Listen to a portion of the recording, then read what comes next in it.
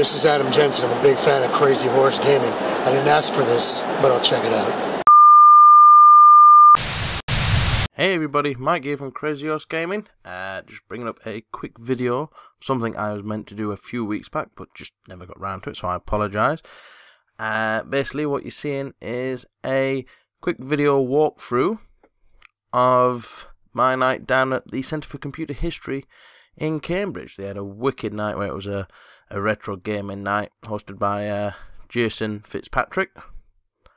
And yeah, it was basically bring your own beer and play a ton load of retro video games, and it was awesome. The collections was amazing. As you can see there, we've got the Japanese Sega Dreamcast. A load of games there. This went on till about 3 in the morning. We have the Sinclair C5, not really a retro game console, but still awesome nonetheless. There was loads of stuff. So you can see the classic tabletop retro games there. I'll just give you a quick walkthrough of what was here and everything. The good old SG-1000, I think it is. And the Famicom.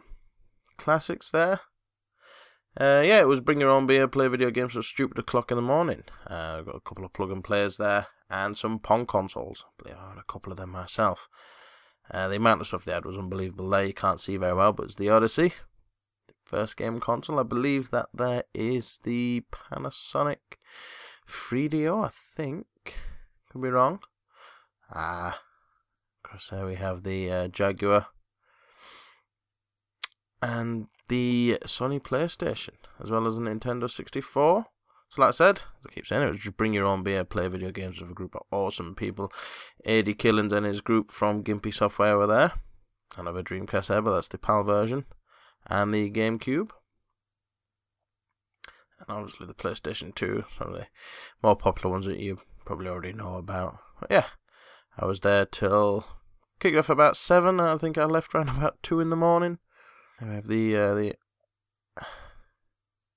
Amstrad Games console, and a lot of really old school. It's a portable Commodore there. I believe it was the Commodore 64. Well, I use portable in the loosest terms. That thing weighs a ton. Another classic Amstrad PC there, and the Amstrad console with Afterburner, which I used to have. I've mentioned in previous videos. The ColecoVision, I believe. And here we have a Super Nintendo, playing Street Fighter 2, obviously, which you can't not have, and some weird Nintendo 64 clone thing. I'm not quite sure what that was, but it was interesting nonetheless. Weird cheap knockoff thing. Another Sinclair there, Spectrum Sinclair. I believe I've got one of them boxed away somewhere. Yeah, the amount of stuff they had was unbelievable. We had this huge projector here, which was playing the last episode of Games Master, as well as one of our throwbacks was up there, which you won't see on the video, but it was there. Here we have the guys at Gimpy Software playing Lunar Panda. Awesome. And some more retro consoles. Honestly, the amount of stuff they had here was unbelievable. A bit of Manic Miner there. Classic. Yeah, there were just tons upon tons upon tons of awesome consoles. Commodore, I'm not quite sure what that one is. Classic Commodore, I'll have to look that one up, see if I can find that. There we are, the Commodore, couldn't see that. Yeah, the amount of consoles I didn't even know existed. There were, you'll see a shot later on of the storeroom where most of the stuff is kept. This is only half of what they got. Really was an awesome place. A lot of old cassette style games. Far more of these than I'd care to mention. So the Commodore and the Sinclair, probably Amstrad games there. Tons of them all there on the wall. Pretty impressive. You can see there's some brilliant titles in there. I believe Rambo, Star Trek, and some good old Mario Kart on the Super Nintendo. Awesome classic game. You see just in the corner there, we've got the 2600 as the Sega CD setup. So yeah, hosted by Jason Fitzpatrick. He had a really cool night there. It was awesome. I went down and checked that out. It was nice of them to mention it to me. Turbo graphics there and a Master System. 2 brilliant consoles. And it was just the fact that to get hands on with some of these, you can just sit there and play them and have a few beers with people. NES there. I play a Pitfall later on in the evening. and I was terrible at it. See, collection was huge. Back to Mario Kart there and the Super Nintendo. And we got a collection of arcade machines here. There's quite a few. A few of them. There was also some more at the entrance. These things. I mean, the place was huge, and the amount of stuff they had was unbelievable. I really was impressed and not back, and I hope that I have a collection that comes close to this one day. As you can see, one of the arcade machines with multiple games in. Some old classics there, 1943. I believe Pac-Man's on here, and a couple of pinball games. I think that was Lunar Lander I can see there, I'm not entirely sure.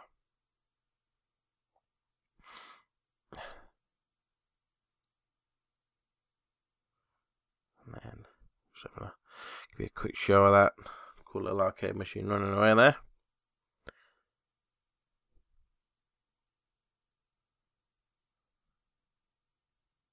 So I've been meaning to get this video for quite a while now, but just haven't been able to get around to do it, so I do apologise for that. Should have been up a lot long before now. A quick jump cut there.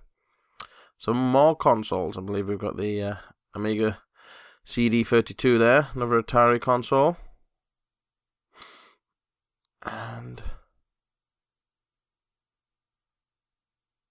another Commodore, I think that is. Yes. And a CDI. Quite rare thing here. We've got a lot of even more consoles. So I can take on this to this place. As usual, we've got PlayStations, Mega Drives. There's a Neo Geo over in the corner there. A couple of PCs running emulators and some old school PC games. All sorts is in here. You can see these are all the PCs, BBCs, BBC Micros. There was one of them up for grabs in the raffle, which I entered, but unfortunately didn't win. Would have been awesome to get hold of one of them. There we are again, the Neo Geo. AVS, I believe that is. Over here we've got even more consoles. So we've got the Famicom there with the disc system, which was quite nice to see. And the one next to it, which we just passed, didn't really hang on to it long enough, was, I believe, the last one the NEC did. It's pretty cool. It was a games console. It just looked like a PC. Now here we have an awesome tournament that they were running. It was the Pac-Man Versus on the GameCube. As you can notice, the GameCube there. The one with the GameCube is just playing as Pac-Man. It's just a normal game to them, but everybody else you can see around, they would be using the Game Boy Advance if it was set up that way, and they'd be playing as the ghosts, chasing Pac-Man, and all they could see was their own. They couldn't see where Pac-Man was, although Pac-Man can see everything, as you can see from this screen. But rather than have the Game Boy Advances as the screens, they managed to get a huge projector up, so as you can see, you've got the 3 different ghosts there, trying to hunt Pac-Man, and you know when you get close to Pac-Man because you can see a little kind of like trail sort of thing. And this was the tournament they had running through the night, and people were playing it all night as well. It was awesome. And of course you can't have a retro night without people playing a bit of Street Fighter there, kicking the shit out of each other. I had a few games on that just because I could, and you can't have a Super Nintendo and beers and not play a Street Fighter. It's the law. It really is.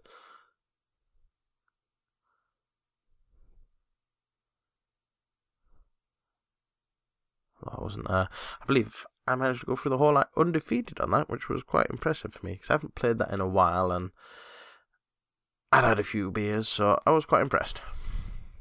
The people who were playing probably weren't overly chuffed about it, but it was good fun. We had a laugh, and I took a game down myself, Bloodshot, the game we did. I looked back on previously, as Zadie Killings from Gumpy Software said he'd never seen it before, so I thought I'd bring that down and show the guys, and none of the others had seen it either, which I was quite surprised at. But yeah, it was quite cool that we all got to sit and play that. We have more people playing the old Mario Kart. A few of the other systems there in the background. I believe Sonic's running on the Sega Mega Drive there. And Ghostbusters. This was running on the Amstrad. I'm not sure which Amstrad it was. It was a disc-based Amstrad. I'll have to look that up and see if I can find the name of it. Because I used to have the CPC 464 and used to play that on this. Ghostbusters on that. But this was a disc-based Amstrad. And it was cool just to see this game running again. Spent many hours playing this game and I absolutely sucked at it.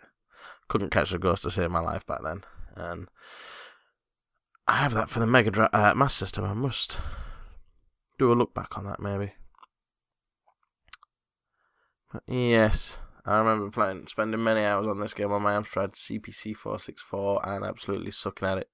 Having to load the cassette up and all sorts. It was a really great game back then. And although the Master System version is pretty close, I don't think it's as good as what I first played on. Anyway, this is the actual tournament. Before it was, I guess, just the warm-up rounds. And here they all are with the concentration on. Oh, and Pac-Man's just been munched on. This tournament was pretty cool. I did enter the tournament and got kicked out in my first round, to be honest. I didn't get through. The object of the game is the first one to reach, I believe it's 10,000 points, I think, as Pac-Man. So whichever ghost gets the Pac-Man, they then turn over and become Pac-Man, and it's all swapped round, and the first person to get to 10,000 points wins and goes through to the next round. I believe that was how they were working it.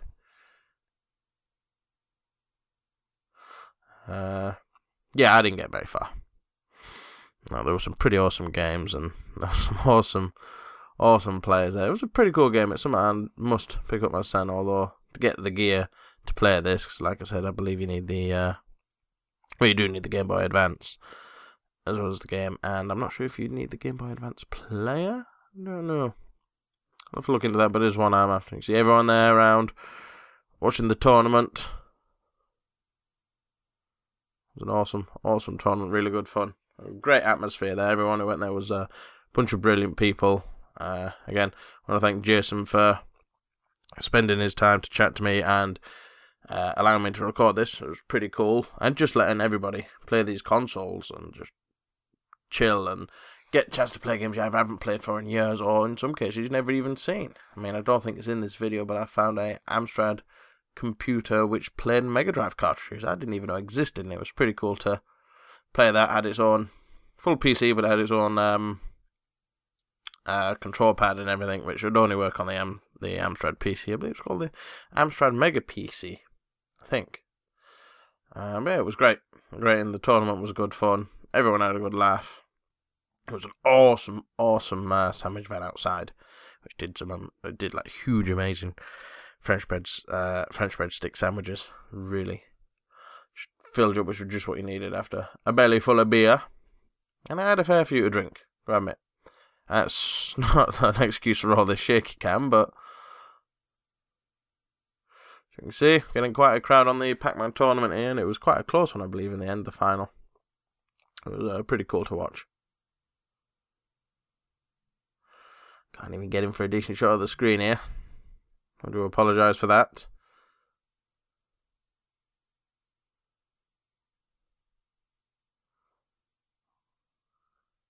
That was a pretty cool thing. As you can see, the setup center is a really interesting game. It's something I'd love to get my hands on. And I'd make an awesome versus first video, I think. 4 people sat in a room playing this. Of course, you'd need 3 Game Boy Advances for that. And yeah, so I'm guessing would you need the Game Boy Advance player? I don't know, as I've said before. It's something I have to look into and see how much this is to get set up and do an awesome versus Thursday on that. Brilliant party game as well, which Nintendo, I think, do best. They do really good party games.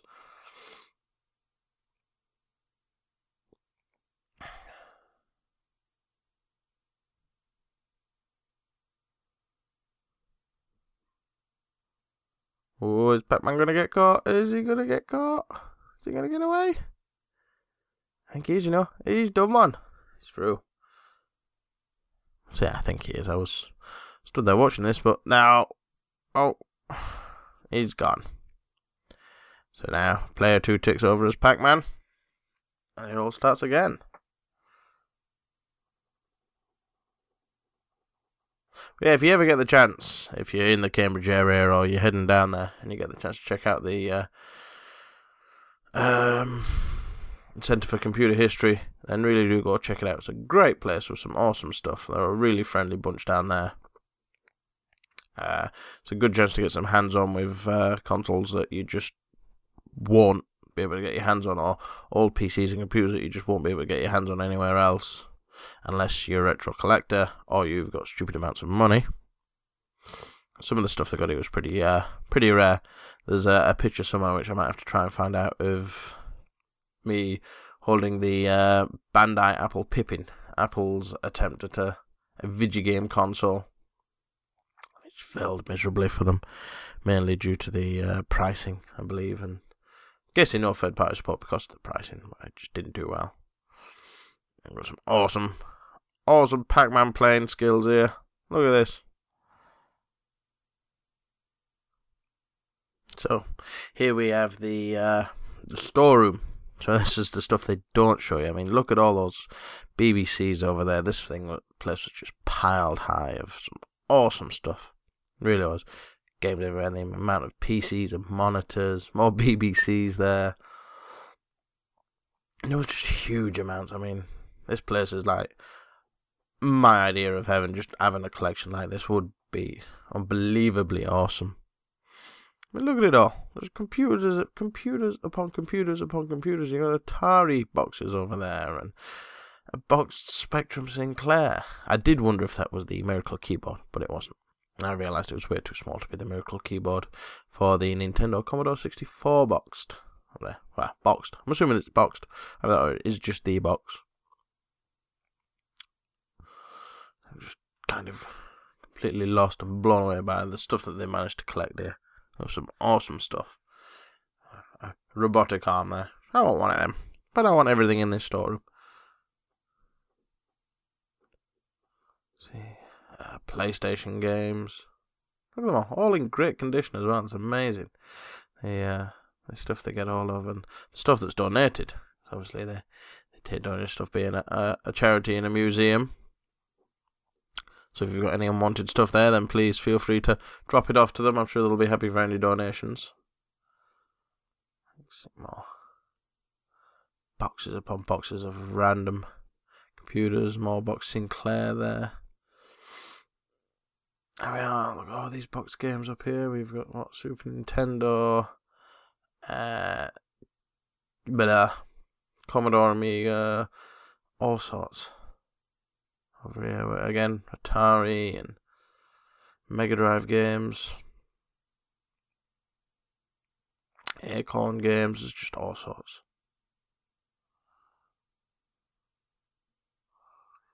There we are. Look at all the Atari stuff there, Mega Drive, GameCube.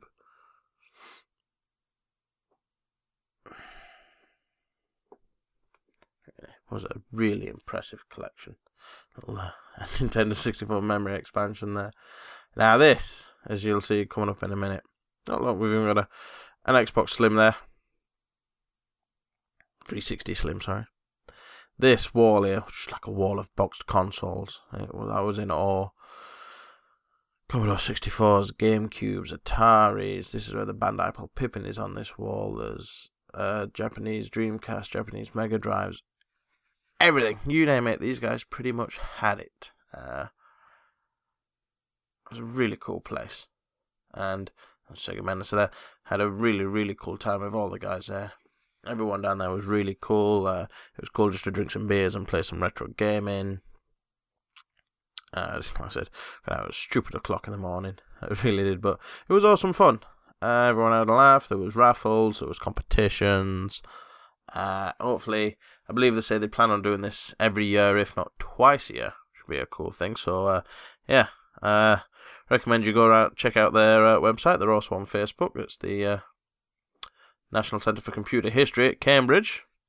Go check them out. If you're in the area, definitely go and see them. It's well worth a visit. It's a quick shot of all the piles upon piles of BBC Micros. And thank you all for watching. Please don't forget to check out the other content we have on the site. We get stuff as often as we can. And a big thank you for Adrian Killens and Jason Fitzpatrick for inviting me down there. Thank you all and goodbye.